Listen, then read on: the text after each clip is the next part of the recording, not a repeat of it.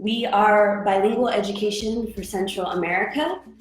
We are a nonprofit based in the US, and we recruit volunteer teachers and partner with 3 communities in northern Honduras to run bilingual schools from kindergarten through 9th grade.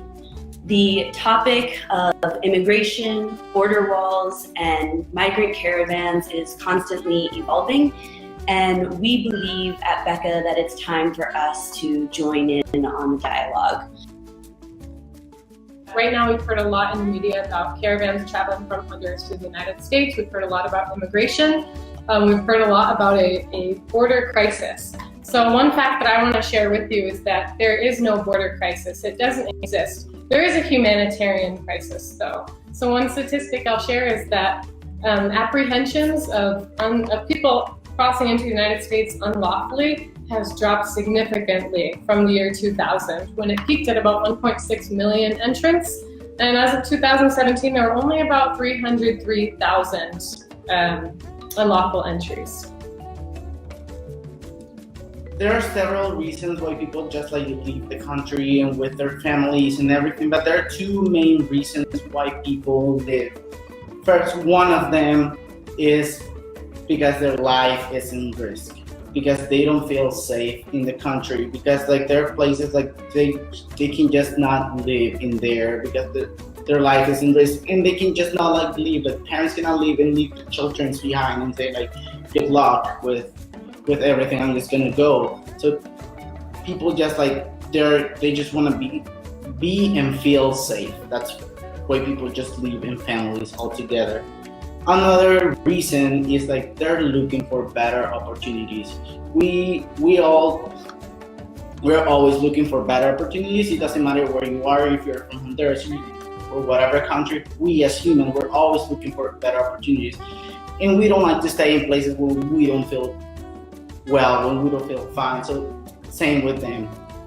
There's a saying in here, I have heard a lot from a lot of the immigrants or people that is leaving and people that want to leave, and they say pierdo más quedándome aquí que yéndome de aquí. So it means I lose more if I stay than if I go. It's gonna be hard, I'm gonna take the risk, but I'm not gonna do anything here. At least I'm gonna take the risk and do something and find a solution, because that's the reality that we're living right now. The United States and international law actually say that any person that fears for their life is allowed to flee their country and go to another country, including the United States of America, to request asylum. So actually it is entirely legal to leave Honduras and go to the United States and request asylum. So the way that works is that you arrive to the United States, you arrive to a port of entry. We have various ports of entry all along the border of Mexico and Canada. So you arrive to a port of entry, you approach the port of entry and you say, "Hello, may I please request asylum?" And then of course there's a process after that in which you may have to provide some type of testimony as to why it is that you fear for your life. But that is entirely legal to request asylum. So some things that we've heard in the media are that you can't request asylum, that the United States currently is not offering asylum, that fleeing Honduras because of domestic violence, fleeing Honduras because of gang violence are not legitimate reasons to request asylum. That's just not true. Today we're specifically talking about Honduras, but there are many people from all different parts of the globe who are trying to arrive to the United States to request asylum. I just remember being a child and saying one day I'm going to come back to San Jeronimo and be a teacher, or just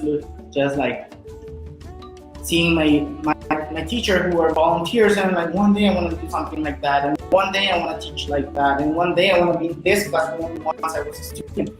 And it's not just me, a lot of the graduates have come back and give back from what they learned back to the community, and that's something. Just the fact what Becca is doing in the community, right? It's helping in a great way, because all those kids that come from families from like really low resources, like when they get this scholarship and they get access to like this like bilingual education, those are gonna be people that are gonna be successful, and they will not have the need to migrate, because like in some way, like this is gonna help them a lot, and this is how like they're gonna move on the community, because we're not talking about like wealthy kids from outside, like from big cities. We're talking from the community members, from the kids like that have grown in here, and these are like the kids that one day they're gonna grow up and move forward this community. This is something amazing that BECA is doing inside it. Yes, it is safe for international volunteers to come here.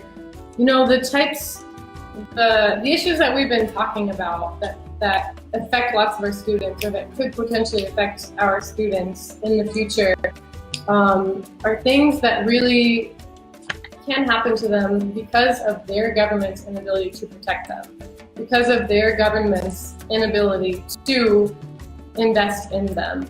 So when you, as a foreigner, and I can speak from my experience, I'm from the United States, when I come to Honduras, I don't come here and live like a person that was born in Honduras. I come here with a person that has all of the privileges of one born in the United States. So if at any moment I feel that my life is in danger, if I feel that I would like to search for better opportunity, or I don't like that there's a certain level of crime or gang violence in the country, well, I can just leave. Not only that, but really the violence that's happening, I think the horrific violence that we know happens in Honduras is not perpetrated against people because they are a foreigner, because they are white, because they look a certain way. No, that's oftentimes targeted. So no, when you come here as a foreigner, you are not targeted because you are from a different place or you are a foreigner. We're really, really insulated from a lot of the things that our Honduran friends and students live on a daily basis. Not only that, but if you come to the United States as a person such as myself, again, I can speak to my own experience, who is considered white, well, I have lots of white privilege. I'm not going to be looked upon as somebody from a different background would be looked upon. And that's something that's really, really important too, to think about as you are a foreigner traveling in Honduras. Recognize the privilege that you carry with you. So yes, it's definitely safe for a foreigner to come here. I would love if you would visit us. And it is, in doing so, it's also really important to reflect on that and to recognize, how is my situation here different from my neighbors? How is my situation different from my students? Why do my students live a certain way, and that's not what happened to me in my life? Please follow us. We are at BECA Schools on Facebook, Twitter, Instagram. Our website is becaschools.org. And I hope that if anything, you walk away with a bit more of an understanding of how complex these issues are.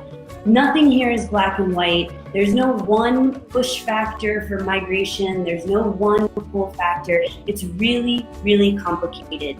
And we believe that the best way to even start to understand a bit more about the situation here, the history of U.S. involvement in this part of the world, is to come here yourself. Come and volunteer. We offer opportunities for people to come and volunteer for 4 weeks over the summer and do summer camp, or for an entire academic year from July to June the following year as volunteer teachers in one of our 3 schools.